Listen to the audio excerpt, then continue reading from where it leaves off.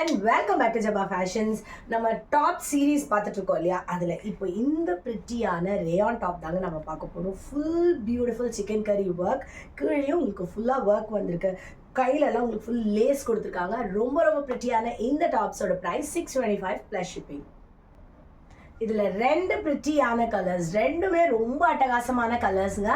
ML XL and XXL sizes available. Screenshot எடுங்க, WhatsApp பண்ணுங்கள். இந்த ஒயிட் கலர் பாருங்களேன், ரொம்ப ரொம்ப அழகாக இருக்குங்க.